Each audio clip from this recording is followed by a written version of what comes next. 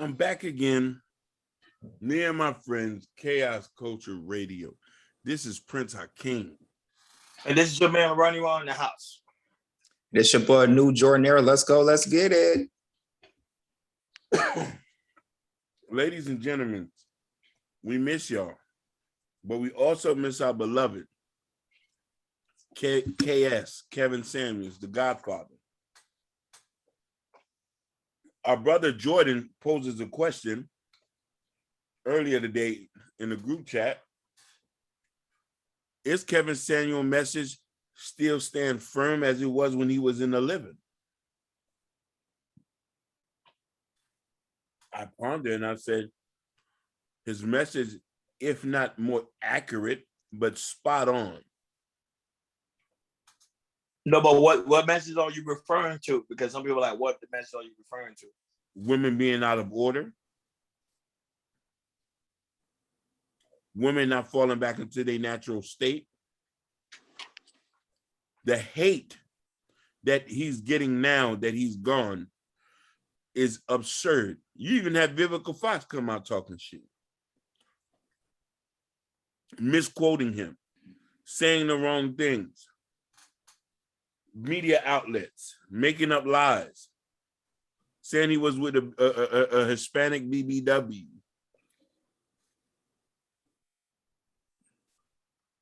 When you're a straight shooter and you're uncompromising, back in the days in slavery, they called you a disrespectful Negro.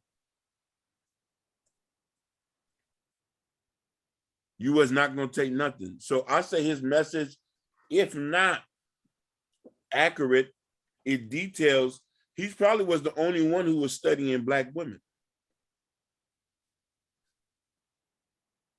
The way they core.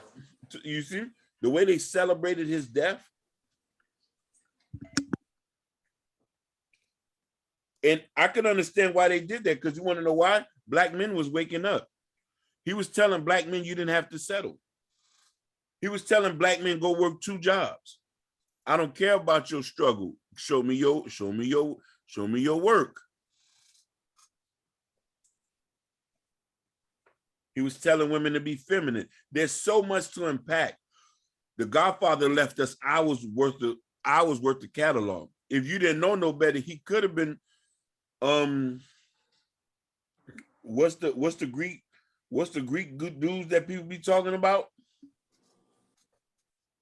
The Greek scholars, what their name? Talk about the Henrys? Huh? Talk about the Henrys? No, the Greek scholars that they always talk about. What them niggas' name is? Well, like Caesars? No. No. Oh shoot! I know what you're talking about now. Hold on. Go ahead. I really don't know. You say Greek scholars. I'm like, Aristotle. Okay. You know what I mean? Like they always mention him as being one of the most intelligent. You know what I mean? Like, you know what I mean? They mention these Plato, Socrates. Kevin Samuel was our Socrates of today. You might as well say he is Genesis in the New Testament. No, not Genesis. What's the book that come after Genesis? Exodus. He is our Exodus in the book of the Bible. He came to us. He came to try to get young adults and adults straight after we done passed teenage age. How is it that we the only group in America who has an issue with dating each other?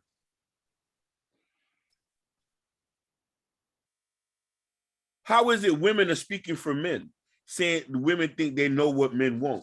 That's why I say I laugh when I see female dating coaches. Some of them don't be married. Some of them look like fullbacks. Yeah. You know what I'm saying? Mm-hmm. Yeah, Kevin Samuels is right. Kevin Samuels' messages speaks true. Socrates left us hours worth of work to dissect. Yes, his message rang true, and it's even more prevalent now. The problem is a lot of people didn't understand why he was doing 2 to 3 hour long.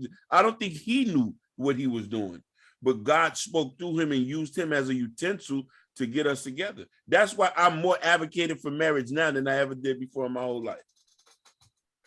Absolutely. I'm more advocate for marriage now and marrying Black women more than I ever in my own life, but I'm not going to marry a Black woman who's not going to follow my program. You are out of order when you don't fall into your natural state. Ain't nothing misogynistic about that. If you want to be a man, put on the pants then. Don't ask nobody to open up doors. Don't ask nobody to pay for everything and everything like that. Women were so scared of his reign of next year. He could have had his own show like Oprah. They needed to, you got to understand something. A lot of people speak on Black women and says that they're a danger group. Yeah, but Black women's voices are much heard. You know how many Black female channels there is?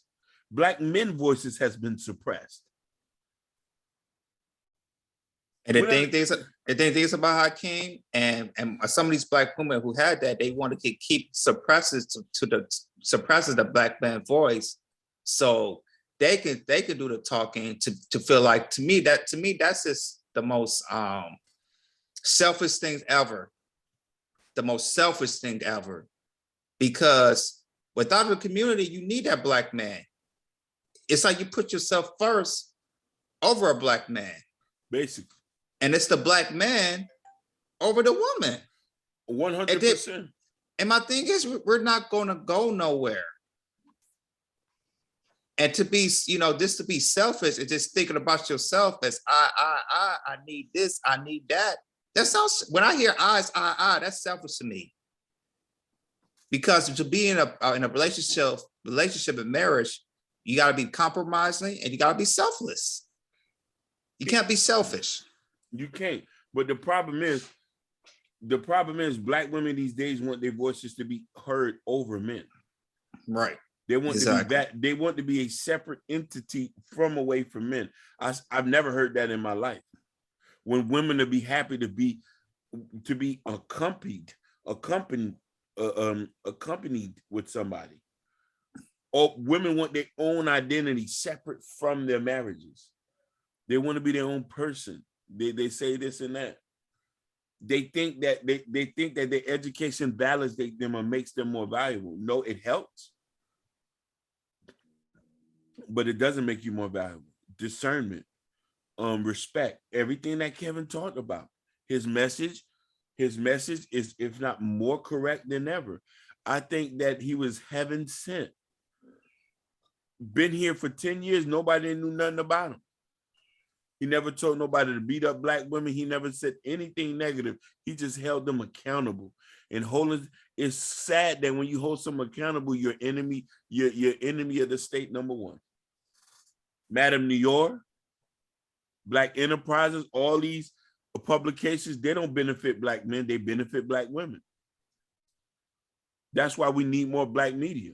When he died, he always talked about the torch was not supposed to be passed for one person. It's supposed to be passed for everybody. Exactly. You know what I'm saying? Right. Like, go ahead. No, I'm saying correct. You are correct. You know, I mean, we could sit here and dissect a lot of his talking points, because you know what I mean, and sit here and go hours and hours and like, yeah, I have missed this. One thing I noticed about him, where he made it clearly, like, you know what I mean, like, here's one thing I noticed too. This is when I know he was the truth. When he said that most men reach their financial strive from 40 to 45. You feel me? I never knew that. I'm thinking that, damn, why are we struggling in our 20s, but it all makes sense. We ain't figured it out yet. You feel me? Right. Exactly. We ain't figured it out yet to that time. But while we doing that, it also makes sense why we can't get the type of woman we want, because he also exposes that. What more truth do you want? He was fighting for the regular person. That one I kind of disagree with. No, he was not fighting for the record. Ooh. I would say now we gotta put the balance in. See, we gotta put the balance in thing. I don't disagree with certain things Kevin Samuels said, but certain you gotta listen to both sides of what the black women are saying. The black women are saying because they really break down this man to the T. Like I could even see you guys some things of certain women that don't like Kevin Samuels because you gotta listen to both sides. And the way like Vivica Fox, because I listened to the interview what she was saying, and some of the stuff I do agree with her about. Omar said the same thing. Cynthia G, Tommy Sotomayor, Alan Roger Curry, a lot of people, Tono Tomasi, like Fresh and Fit, they all saying the same thing about Kevin Samuel. His whole goal was to be rich and famous. I think everybody knows that on this podcast. Yeah. He said that. And he said that too. He said it. So he wasn't being an advocate for the black community because his whole goal was to be rich and famous. Now don't get me wrong, certain topic points he's saying is the truth when it comes to especially our community. But did he really help the black community like he said he did? I think not. Because our marriage rate is still on the all-time high. We're still not getting along. Women are still out of line. And not only that, women are more out of line today than when Kevin Samuels first came out. Because now the man began to stand up for himself, which is true. You see that we do it all the time on this podcast. Men now are starting to stand up for themselves. Mm-hmm. But the women themselves don't respect the men because they say at the end of the day, what do women always say? Oh, you want to Kevin Samuels followers, you don't have your own mind of thinking for your own self. Yep. So don't badge these women what they're saying, kind of listen to what they're saying because they kind of give you a lot of critique on this guy's messages. Now, I'm not bashing Kevin Samuels at all because I said there's some things I did learn from this, some things I didn't know, and I went to go do my due diligence, and I was saying he was telling the truth. Mm-hmm. But if you ask me, was he really helping the black community? I would tell you not. He was not helping the black community. He was not. And the most of the man he was talking about was the quote unquote, not the high value man, but the high earner man that's making six figures and up. Half of us not even making six figures and up. It's only 1 to 5% of men making that money. Yep.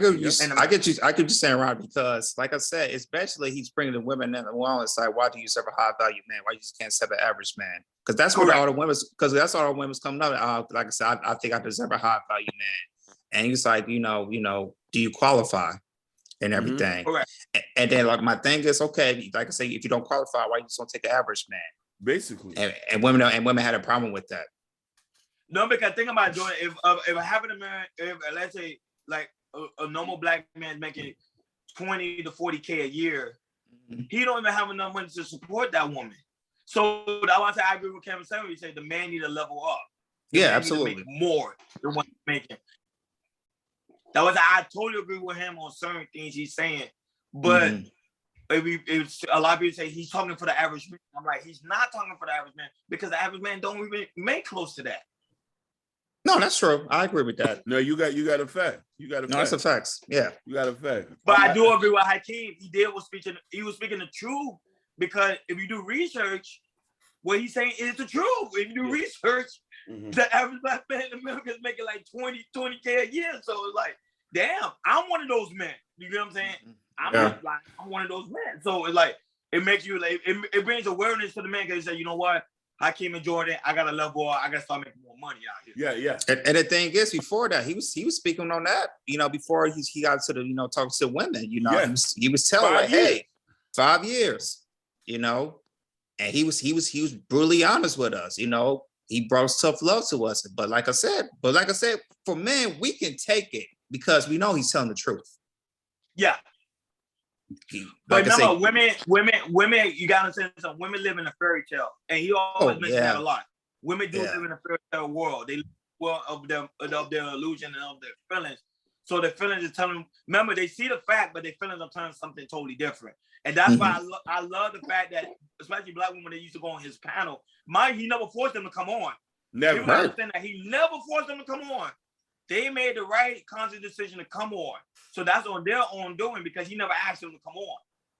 He said, hey, if you come on, you're going to have to respect me, understand what I'm saying, and this is a platform how I run things. If you don't like it, go somewhere else.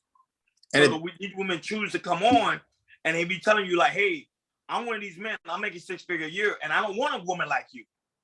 Find somebody that want a woman like you. They say, no, I want a man like you, so you got to do what the hell he's saying. And the funny thing is, majority of the people that came on was black women. That's why I didn't understand. I was like, where's... It didn't make sense. Because I was like... Because, right. Let me tell you why. Because when they see a black man with a suit, clean cut, to me, that's kind of the image of what a woman wants. And when they see that image, it's like a fairy tale. They think they can get it. Yep. So that's why they call them. Because of that. Go ahead. No, go ahead. I also want to touch on the point that he brought up just about Vivica Fox and about Kevin Samuels' points, where he said that he disrespected women. He never, like you say, if we go get a group of men who gets money, how many of the men would tell you they actually want to date a BBW? I'm telling you, they're gonna be like, no. They're gonna be like, no. How many of the men would tell you that, oh, we're willing to marry a woman who had 5 kids from 5 different men? Nope. They'll tell you no. Been incarcerated.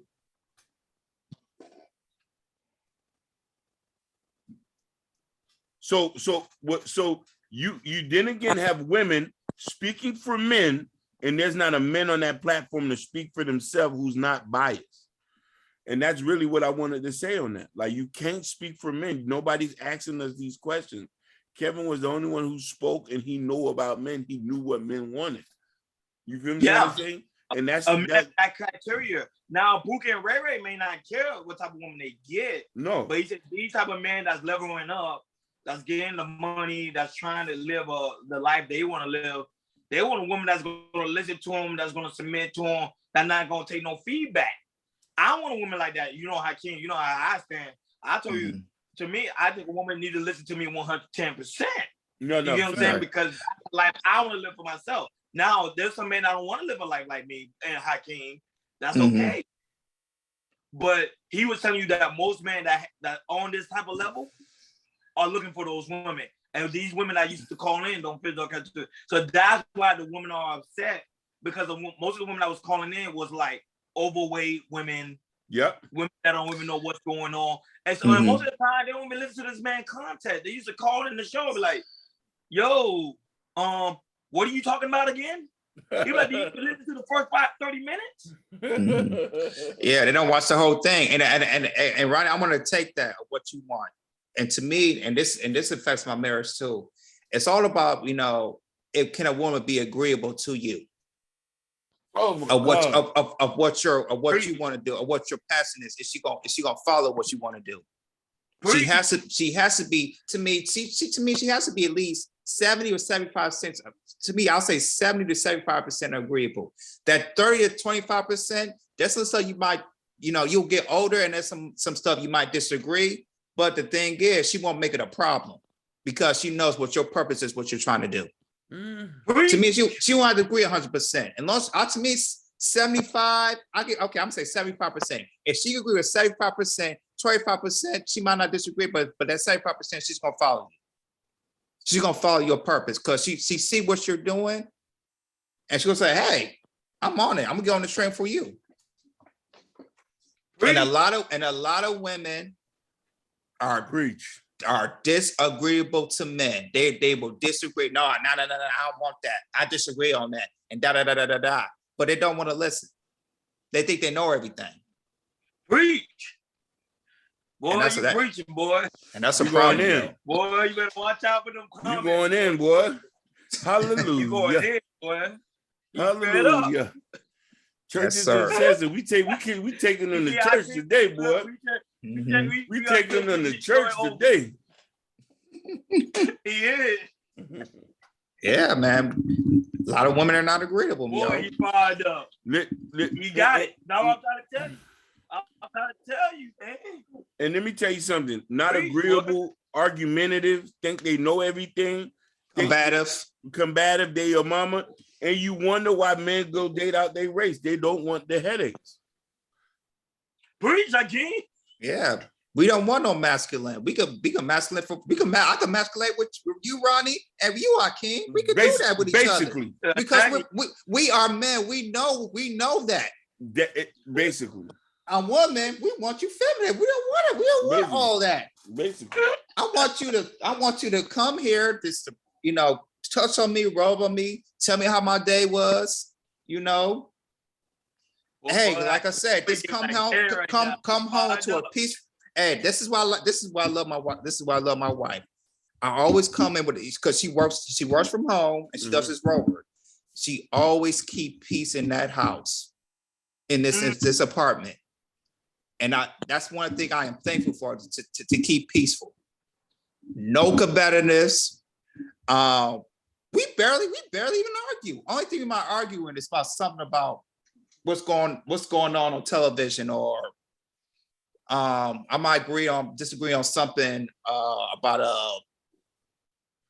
a fact, something happened on some politics or something like that. But we stay strong with politics. But like I said, we rarely even argue. Only thing we argue about some small stuff we see on TV or something like that. That's it. Mm-hmm. But yeah, just coming to home, just to have peace. She come in, she asked how my day was, all that type of stuff. It's like I said, that's what men want. Because we already in the world, we gotta deal with all type of stuff. Especially black men, we gotta deal with all type of stuff. And my thing is, that black women should know this. They know this, but they don't put it out there, That's messed up. No, because the thing, Jordan, is an agenda to keep the black community separated. Exactly. What happened to 100%. the 1950s, the 1960s, they do not want that to ever happen again. They have to keep us separated because they know when black family come together, we are two dominant forces that can be reckoned with. So yeah, I agree. They don't want that to happen. So all Kevin Samuels was doing is bringing stuff to the light again, telling us, hey, we need to come together, because when we come together, we become more powerful. And one thing I do give him respect for that, because he kept talking about family unity, and I think that need to be preached more and more, because they're not really doing that in the church. So for him to put that in the platform, which he had, I give him kudos for that. So kudos to him for that. I will give him respect for that. He did do a good job with that. 100%. And let's keep having these conversations about bringing us together and about attacking the gluttons of our society. You know what I mean? If a lot of y'all who don't know the man, y'all don't know the man. Go listen to his work and understand his mission, what we're trying to do. And we're on the same mission. That's really all I got to say about that. And I'm with Hakeem too. We're on the same mission. We're trying to bring black family back together again. We're having a difficult conversation. And not only that, you see that we average guys. We trying to level up to being a high earners, high value man that we want to be, who aspire to be. And we already work on that track. So we don't want nobody, we don't want no woman that's gonna be combative, that ain't gonna listen, that ain't gonna tell you no form of direction. So now we got the blueprint. Now we're gonna follow the blueprint. That's all I gotta say. Thank you, Ron. I was gonna say about that about the blueprint. Thank you. The blueprint's out there. You're right, Ron. The blueprint's out there. We just gotta use it, and to use it for good. Definitely use it for good. No, definitely. And that's what we're gonna do, fellas. Hey, you already know.